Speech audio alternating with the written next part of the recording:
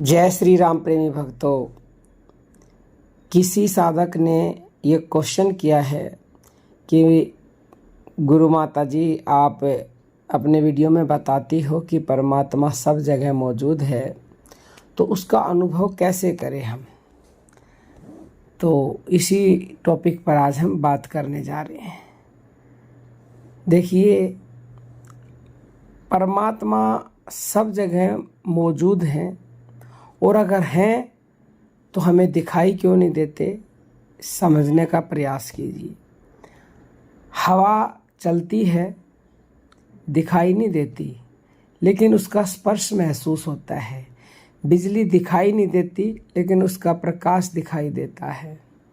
इसी प्रकार परमात्मा भी सर्वत्र है, लेकिन उनका अनुभव तभी होता है जब मन, बुद्धि और हृदय शुद्ध होकर उनकी ओर मुड़ते हैं। आज हम जानेंगे कि शास्त्र क्या कहते हैं, संतों ने क्या अनुभव किया और हम स्वयं उस अनुभव की दिशा में कैसे आगे बढ़ सकते हैं। श्रीमद् भगवत गीता अध्याय 9 के श्लोक नंबर 4 में भगवान श्री कृष्ण कहते हैं कि यह संपूर्ण जगत मेरे अव्यक्त स्वरूप से व्याप्त है। और ईशावास्योपनिषद का प्रथम मंत्र कहता है कि संसार में जो कुछ भी है वह सब ईश्वर से व्याप्त है। इसका अर्थ है कि परमात्मा किसी एक मंदिर, तीर्थ या स्थान तक सीमित नहीं है, वे हर जीव, हर कण और हर श्वास में उपस्थित है। तो अब प्रश्न उठता है कि जब वो हर जगह मौजूद है तो फिर अनुभव क्यों नहीं होता। कल्पना कीजिए, कमरे में वाईफाई का सिग्नल भरा हुआ है, लेकिन यदि मोबाइल का वाईफाई बंद हो तो इंटरनेट नहीं चलेगा। क्या इसका मतलब ये है कि सिग्नल नहीं है? नहीं, समस्या सिग्नल की नहीं, रिसीवर की है। ठीक उसी प्रकार परमात्मा हर जगह है, लेकिन हमारा मन कामना, क्रोध, अहंकार, भय और विकारों में उलझा रहता है, इसलिए परमात्मा का अनुभव नहीं हो पाता। संत कबीर साहब कहते हैं कि मोह को कहाँ ढूंढे रे बंदे, मैं तो तेरे पास में। कहते हैं कि परमात्मा बाहर नहीं, हमारे भीतर ही विराजमान है, लेकिन मन बार बार बाहर ही भटकता रहता है। महर्षि रमन कहते थे कि जब मन शांत होता है तब आत्मा का प्रकाश स्वयं प्रकट हो जाता है। परमात्मा को कहीं से लाना नहीं पड़ता, केवल मन का पर्दा हटाना पड़ता है। श्री रामकृष्ण परमहंस कहा करते थे, जैसे दूध में मक्खन छिपा रहता है, वैसे ही हर जीव में परमात्मा विद्यमान है, मक्खन पाने के लिए मंथन करना पड़ता है। उसी प्रकार परमात्मा के अनुभव के लिए साधना करनी पड़ती है। एक कथा से समझने का प्रयास करते, छोटी सी कथा है। एक मछली समुद्र में तैर रही थी। उसने दूसरी मछली से पूछा, समुद्र कहाँ है, मैं उसे देखना चाहती हूँ।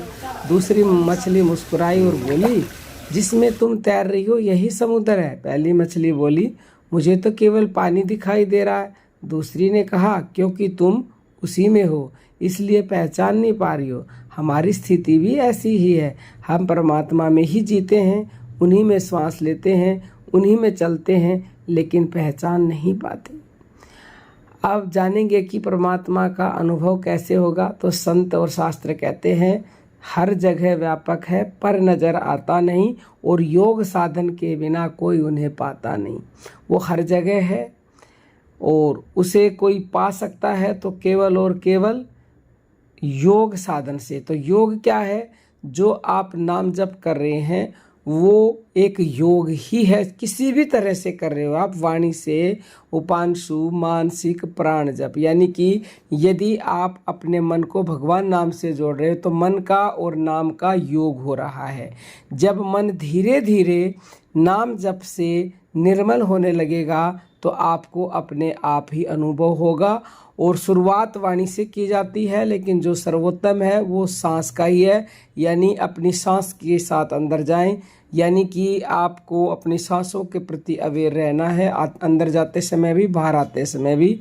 तो ये सांसों का जो ध्यान है, जिसको संतों ने अजपा कहा है, और वो परमात्मा हमारी सांसों में ही घुला हुआ है, छिपा हुआ है, जैसे दूध के अंदर मक्खन होता है। तो सांसों का यदि आप ध्यान करोगे, वहाँ तक पहुँच गए हो, नाम जप करते करते, क्योंकि पहले वाणी से शुरू होता है, फिर जीभ से और फिर मन से और फिर श्वासों से।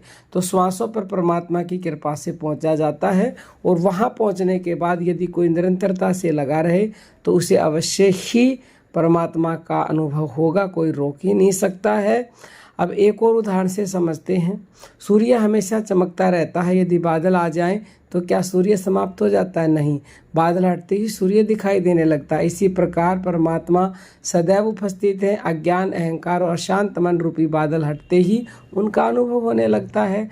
तो मन जैसे ही साफ होगा, निर्मल होगा, तो वो शांत हो जाएगा और शांत मन में ही उसके दर्शन होते हैं। यानी कि राम नाम के साबुन से जो मन का मैल छुड़ाएगा और निर्मल मन के दर्पण में वह राम के दर्शन पाएगा, उसको राम के दर्शन फिर बड़ी ही इजीली हो जाएंगे।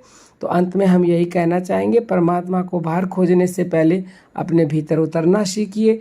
और सही में भीतर उतरना आपको समय के सच्चे सद्गुरु ही बता सकते हैं। तो सद्गुरु की शरण जाइए, उनसे विनम्र प्रार्थना कीजिए और गुरुमुख रहिएगा। यानी कि जो गुरु बताएं वो करोगे तो अवश्य ही आपको परमात्मा का अनुभव होगा। यदि आपको ये ज्ञान अच्छा लगा है तो इसे अपने जीवन में उतारें, दूसरों के पास शेयर करें। और कोई भी आपका क्वेश्चन हो तो यूट्यूब पर पूछ सकते हैं, अन्यथा 9958515054 पर भी व्हाट्सएप मैसेज करके पूछ सकते हैं। अब हम अपनी वाणी को विराम देना चाहेंगे। जय जय श्री राम।